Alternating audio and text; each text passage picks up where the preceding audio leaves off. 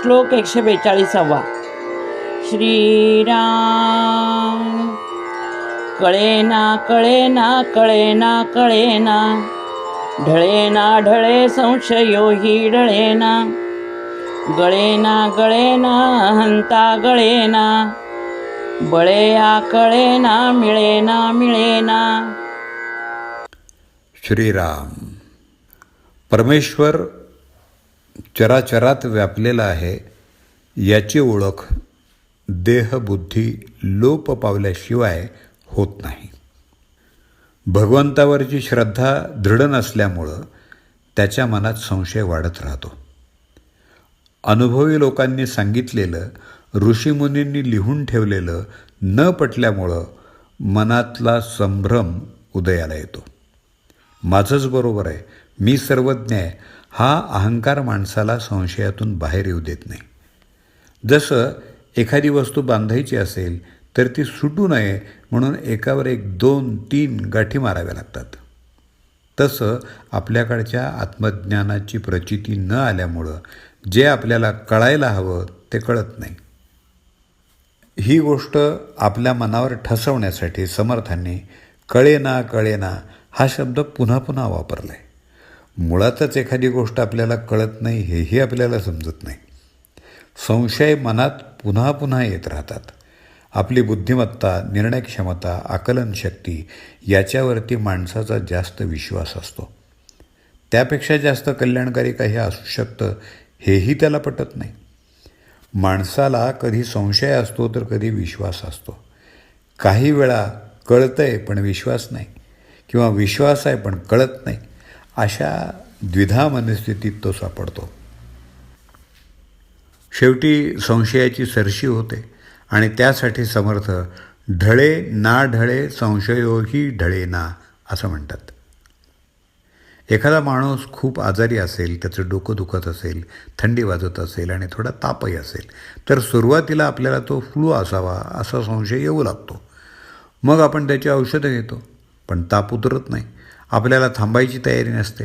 मग आपल्याला संशय येतो, अरे हा डेंग्यू किंवा मलेरिया असावा. मग डॉक्टरांकडे गेल्यावरती ते सर्व तपासण्या करायला सांगतात. संशय मिटत नाही, तो वाढतोच. सर्व तपासण्या केल्यावर काहीही निष्पन्न होत नाही. पण मग औषधांचा उपयोग होईल की नाही असं त्याला सतत वाटत राहतं. याचं कारण म्हणजे आपल्याला कळत नाही. याचं आकलन होण्याइतकी आपली बुद्धी स्थिर नाही. याचं कारण म्हणजे आपल्या अंगी असणारा वृथा अभिमान. हे म्हणजे आधीच मरकट त्यात मद्य प्याला आणि मग त्याच्या हातात विस्तव दिला तसं होतं. उदाहरणार्थ, एखाद्या उपायावरती आपण खूप विचार करतो पण त्या दृष्टीनं काय केलं पाहिजे याचा मात्र आपण फारसा विचार करत नाही. आपल्या घरी एखादं लहान मूल असेल आणि ते खूप रडत असेल तर त्याला काय होतं आहे हे आपल्याला समजत नाही, कारण ते छोटं असल्यामुळं ते सांगू शकत नाही. ते मूल डोक्याला हात लावतं तेव्हा आपल्याला वाटते की डोकं तर दुखत नसेल याचं. मग आपण डोक्याला मलम लावतो, बाम लावतो, तर त्याच्यामुळं त्याला आग होते आणि ते जास्तच रडतं. आपल्याला वाटतं पोट दुखत असेल, त्यासाठी काढा द्यायला गेलो तर ते उलटी करतं. मग आपण त्याला डॉक्टरांकडे नेतो आणि सगळ्या गोष्टी सांगतो. तेव्हा डॉक्टर म्हणतात, हे सर्व खरं आहे पण सकाळपासून त्याला काही खायला दिलं आहे का?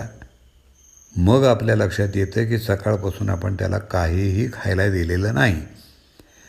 आपण तो सतत का रडतोय याचाच विचार करतो आहोत, पण जो योग्य उपाय आहे तो करतच नाही. याचं एकमेव कारण म्हणजे आपला फाजील विश्वास, आणि त्यापोटी जे करायला हवं ते आपण करत नाही.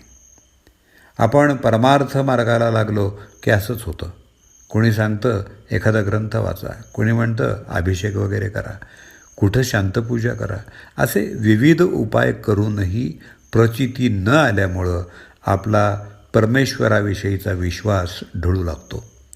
मग आपण दुसरा मार्ग शोधायला सुरुवात करतो.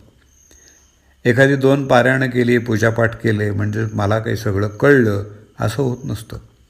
त्यासाठी नेहमी संतांचं साहित्य वाचलं पाहिजे, सद्गुरूंचं मार्गदर्शन घेतलं पाहिजे. ज्याचा या विषयावरचा सखोल अभ्यास आहे त्याच्याशी चर्चा केली पाहिजे. आपली प्रकृती, आजूबाजूचं वातावरण, आपली बुद्धी, आपली ऐपत हे सगळं विचारात घेऊन आपल्याला साधनेचे नियम ठरवावे लागतात. यासाठी नेमका प्रश्न काय, त्यावरचा उपाय काय आणि माझ्या हिताचं काय हे समजून त्याच्यावरती योग्य ते काम केलं पाहिजे. म्हणजे आपल्याला जे आपल्या उन्नतीचं आहे ते साध्य करून घेता येईल. हे आपल्याला या श्लोकामधून समर्थ सांगतायत. जय जय रघुवीर समर्थ. कळेना कळेना कळेना कळेना, ढळेना ढळे संशयो हि ढळेना. गळेना गळेना अहंता गळेना, बळे आकळेना मिळेना मिळेना. श्रीराम.